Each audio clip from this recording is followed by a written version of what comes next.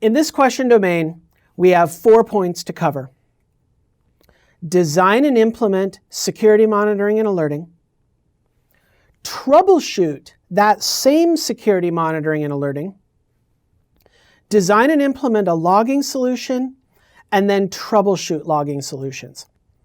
And AWS will definitely be asking you questions on troubleshooting. So when you see these question domains that have troubleshooting as a main point, you are going to need to learn how to troubleshoot the topics that are discussed as part of that question domain.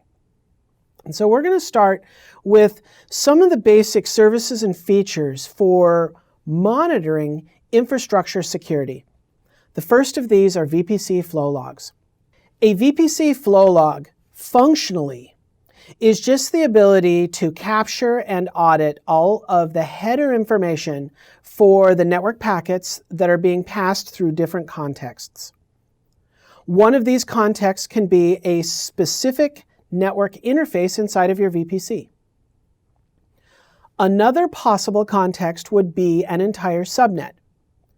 If you enable a VPC flow log on a subnet, you do want to understand that it will only audit traffic that is attempting to enter or leave the subnet.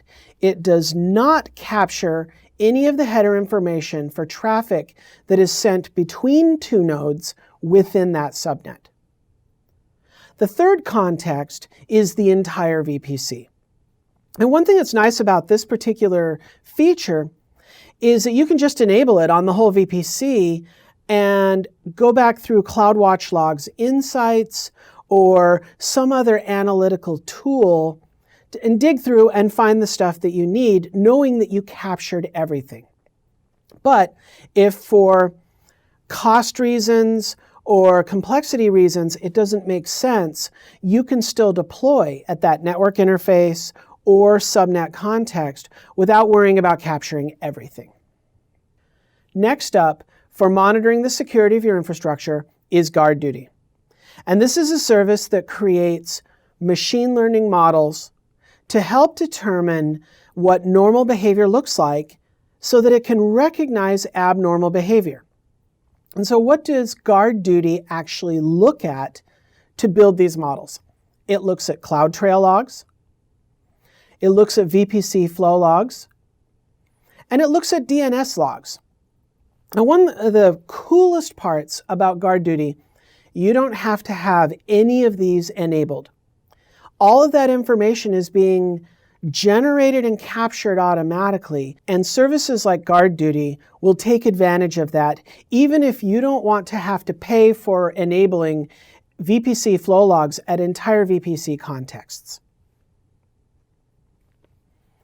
The next way for monitoring our infrastructure security will be just through straight operating system logs.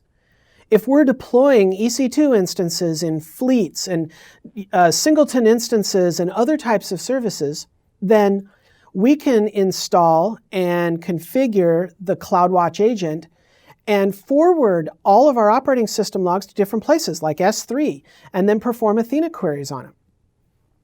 We can send those logs to CloudWatch logs and then use the Insights dashboard. Or we can even use third-party products like Splunk. The certification does take into account that we are technology professionals. And there will be questions that assume that you understand technologies that are outside of the specific AWS ecosystem. Our next service for monitoring infrastructure security would be AWS config rules. And this is where you create a stream of configuration changes and then you apply logic to that stream to determine if a change matches the rule. And so what types of things can you capture? Security group changes is a great example. A new instance launch that doesn't meet certain criteria, or even changes or additions to existing route tables. Any of these might indicate a security event has occurred and you might need to take appropriate action. Next, we have Amazon Inspector.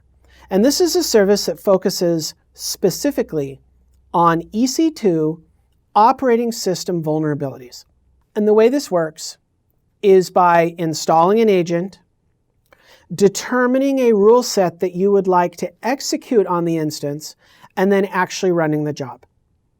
And so it can locate vulnerable operating system libraries. Maybe you have a version of OpenSSL that was not updated properly.